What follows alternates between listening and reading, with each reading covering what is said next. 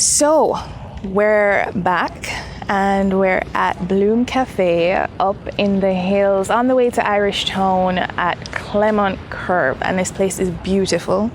If you guys haven't yet, you need to follow Bloom Cafe on Instagram and check out the photos on our website as well as on our social media. So I'm here with Kaysian Wilson of Flowerchild1999. Hi, Kaysian. Hi, how are you? And Kaysian is our first Trailblazer.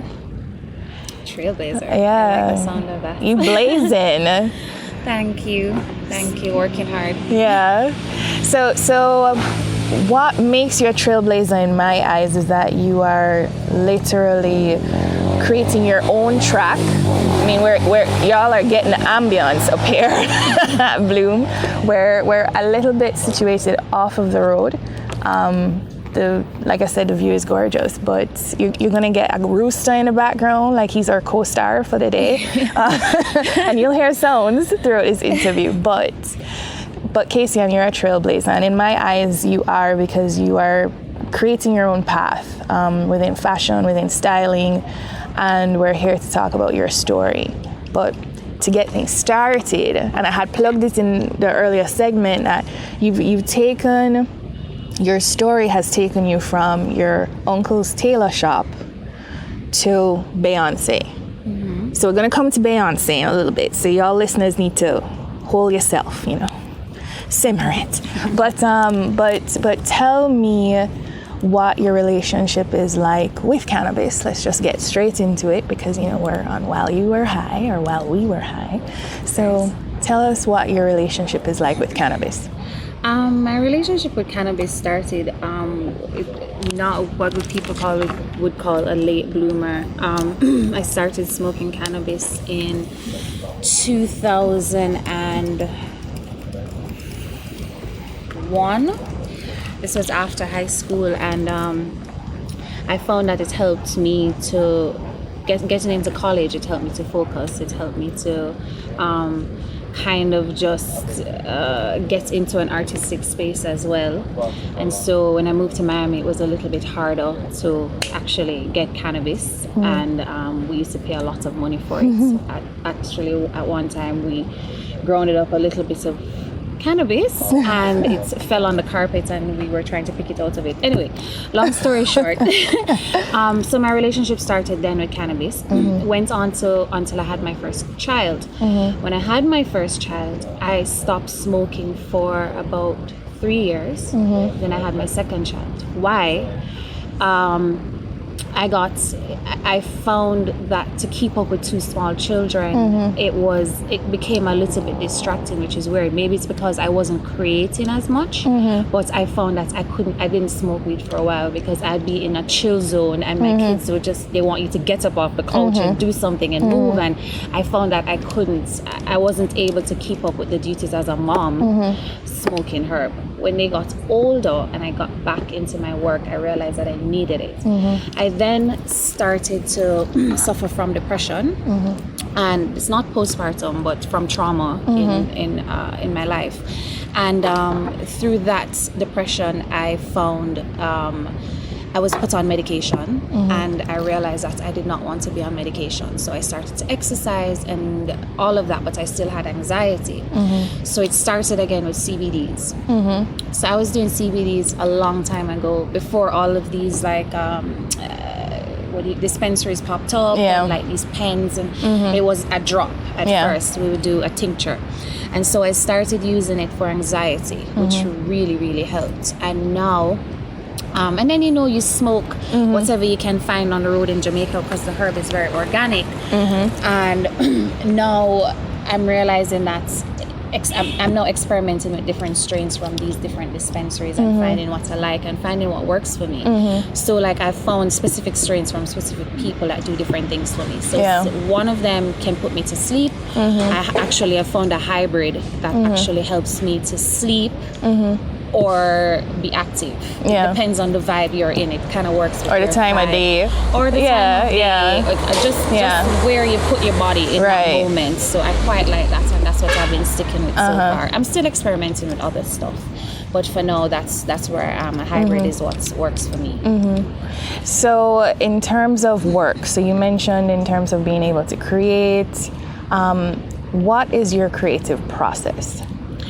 My creative process starts from just inspiration from things around me. It could be just driving on the road downtown and seeing like a windshield wiper and just thinking that his hat looks dope with his jacket. Of course, the internet, just having that whole flood of things that you can just see and be inspired by and mash it up. So my creative process comes a lot too from my past experiences, from memories as a child. So like a lot of my pieces are named after things I've experienced. Like my dusters is inspired by my grandmother. My bell bottoms is inspired by my godfather, who was born with deformed legs, so he had to create a bell bottom to cover that. So a lot of my inspirations come from a romantic memory from my childhood, and also inspired by what is happening in fashion and what's modern, because I'm always on the pulse of that, because I just love it. So since you brought it up in terms of what's happening in fashion, let's talk about Beyonce for a little bit. Okay, so Beyonce, I was assisting actually the famous Zarina Akers, who was named Stylist of the Year last year in the world, and I was honored enough to be asked to be an assistant stylist on that project, which was here locally in Jamaica. For the On the Run tour with her, Jay-Z, and the Twins. I was actually able to help create some stuff for the Twins for the video. So that was a big thing, but I didn't just allow it to stop there. I realized that once I was in that arena, that it was a good opportunity to show them what Jamaican designers had to offer, not just the stylists, but what designers had to offer. So along with Zia Benjamin, we decided to put a package together called Girl Boss, and we got just some items like from Bella's nails, her nail polish. Shout out to Bella. And we got some stuff from Pieces of Bianco, like her bracelets that are really nicely done. Some stuff from Mama Yashi, and of course the Flowerchild bags. So I gifted her a Flowerchild bag. I gifted her stylist one. I gifted Jay-Z's stylist one, and just kind of wrote those off as like marketing, or whoever might see her in LA or somewhere with it, not expecting that she would have worn it to Milan Fashion Week and actually send me a high-res of the photo. So that was a big deal for me. And that was the first instance that she used the bag or wore the bag. Yeah. And just recently, maybe a month ago, she wore the bag again during the summer. So that has been an amazing bit of traction. Congratulations on that. That's awesome. Thank you so much. So we've mentioned Beyonce. What are your goals in terms of going forward? Stepping off of Beyonce's is a huge milestone. I mean, I didn't expect it, so if I'm going to be honest, I really wasn't prepared for the floodgates of orders that I got for the bags, because I was still operating as a small business, to be honest. So when that happened, I should have had a website, which I didn't have. So I tried to package and ship out as much as I could through Jamaica Post for as long as I could, but now I'm trying to structure my business that I can be able to do that. So that's where I am with the whole Beyonce heat, if I can call it that. So I'm still trying to capitalize on that, and I hope that I can push that a little bit further. Zarina Akers actually just asked me to send the hats that I designed for my last collection for an edit. I'm not sure who she's going to put it on yet, but I'm excited to see. Hopefully it ends up in the new Beyonce video. So excitement. Okay. So we've talked a little bit about you and business, and before we come into the primary topic being reclaiming your power, reclaiming your feminine power, tell me a little bit more about fashion for you in the sense of sustainable fashion, because I know that that's a very big core element of who you are, what your brand is. So tell us a little bit more about sustainable fashion, because that's something that I think not many people know about. Okay, so we're in the 21st century. The topic of just sustainability has been trending for the longest while, and it's not trending because it's a trend, but it's because it's now necessary for the environment. Like, we cannot survive anymore, and I have children, and I want them to be able to live in a world and my grandchildren to be able to live in a world that's comfortable. So in terms of sustainability, one of the biggest issues we're having is our landfills, and everybody's into fast fashion. If you look at Forever 21 and you look at all of these different sites, and you see people just buy so much clothes, and not many people are into thrift shopping. Is a very small percentage of stuff. I highly believe in it because I think you can repurpose something and make it. So we're taking all of these fabrics and we're putting them back into the environment. It's very important that we start using biodegradable materials. For example, even the bags, I try to make sure that it's a natural fiber. We see people using a lot more hemp and stuff like that to make clothing, and I think we need to go into that direction. We need to start repurposing things. We need to start giving things away and trading things as opposed to throwing things out. So it's a big deal for me, to be honest. I've also found a company that I'm about to start working with in India, where they have these bags called I'm Not a Virgin, and they're using old hotel napkins and sheets and turning them into novelty bags. Yeah, and it's a huge factory. So I'm now a representative for them to sell those bags to supermarkets, whoever is into that. So that's how I'm making my small footprint on sustainable fashion. I'm trying, and I hope everybody else can find a area or an avenue. It's really not that hard to just and even the use of how much water is put into creating one t-shirt. I didn't know that until fairly recently when I was doing some research. And it's scary. And energy. And energy. So everybody can do a little something in some manner. Yeah. And even the larger fashion houses, they could make a lot less of items, because you notice stuff goes into sale for and then it's taken off the shelf and that's thrown away. And then what happens with all of the fabric scraps that come out of just making one dress, for example? Landfills. So we also have to use those scraps to make other things. We could make rugs and different things. We really just have to start being conscious of it in whatever small way we can, just like we are with energy, with plastic, whatever. Fashion is also a big monster. Okay, so let's get into a little bit more of your personal story. What has been your story around reclaiming your power? What has been your journey towards your power? The journey towards my power is that I have two children who I would like to inspire.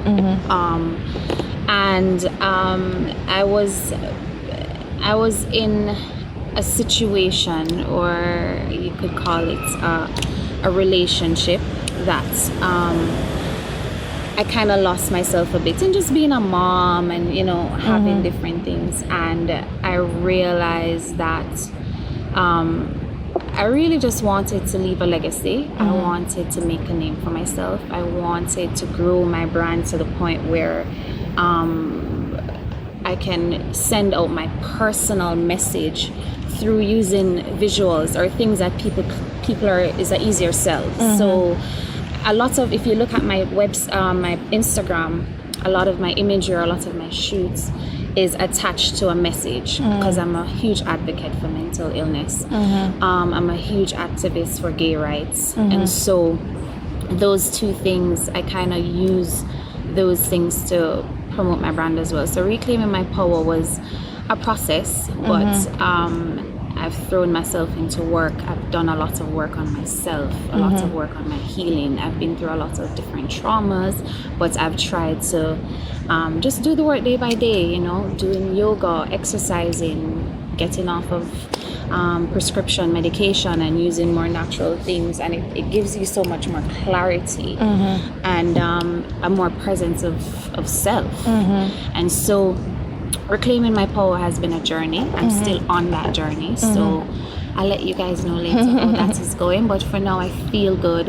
I feel good about the message I'm sending out, and I feel good about the responses I get. Just like the little messages I get in my inbox from women that are that wouldn't necessarily be brave enough to stand up for themselves or talk about their mental things they've gone through. And that's what I do it for. There are the people out there that will judge and say, boy, you know, like, why is she saying all of that, or why, you know, that's so people personal. will always say, because but I mean, to be fair to them, they probably don't understand, you know, the space that we speak from as well.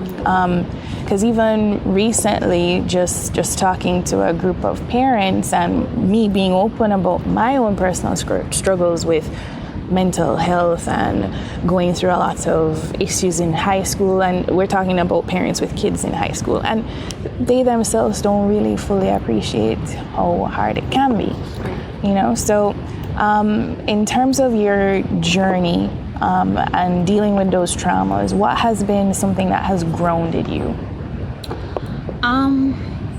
Something that has grounded me is, of course, I want to create a successful business to support the people in my life that matter.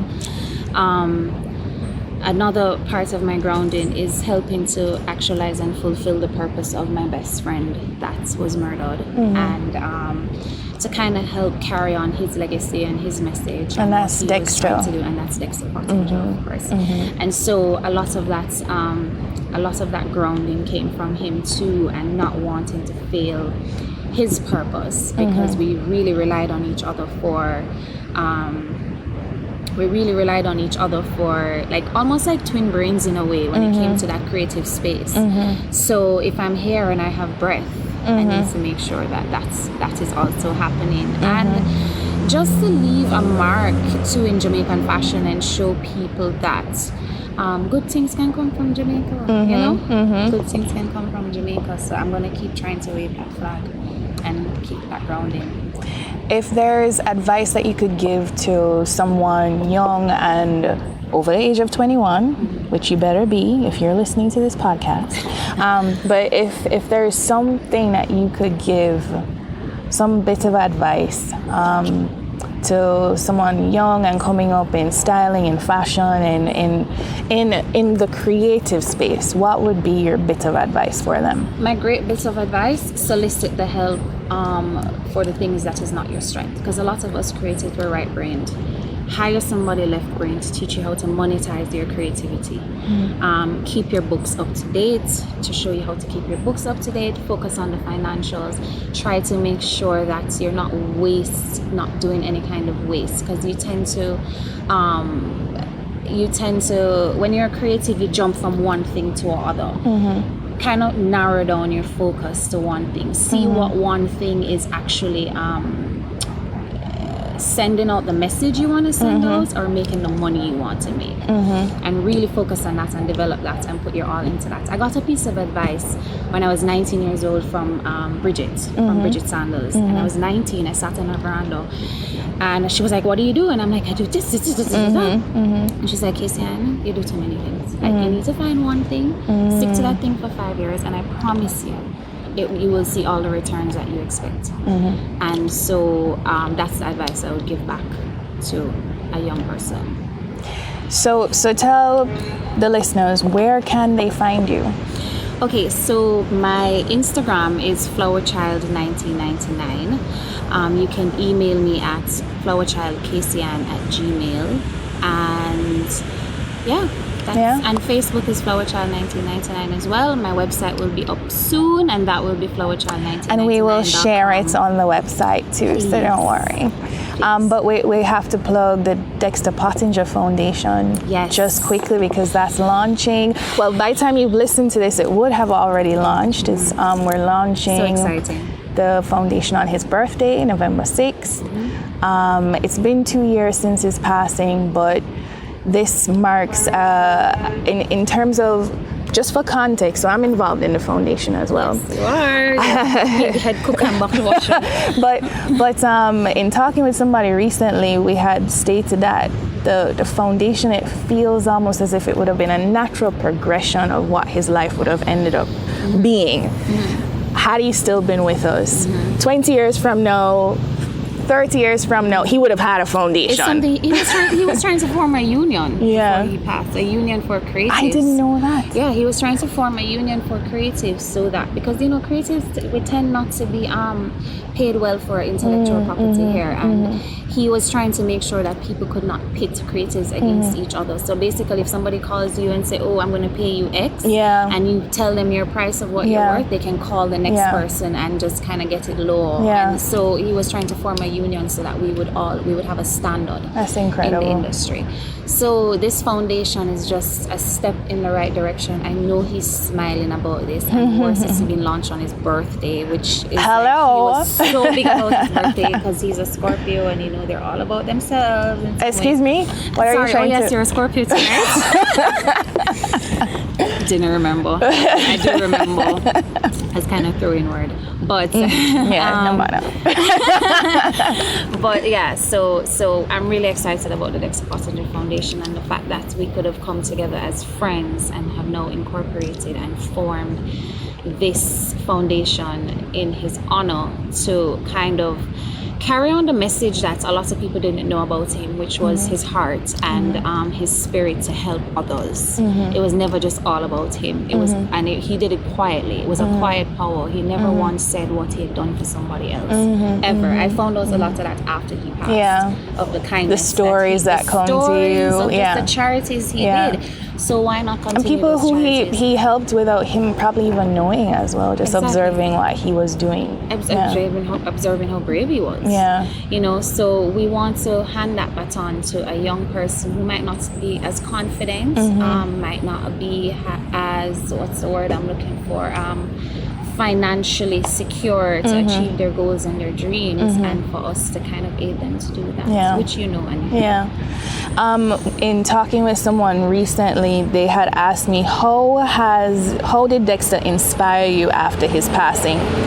And let's make this big short class. Wow. But in my response to them, to that question about, how Dexter had inspired me after his passing, I said he inspired me before his passing, because he was a unicorn of sorts. He was able to balance that creative side and that business side so well.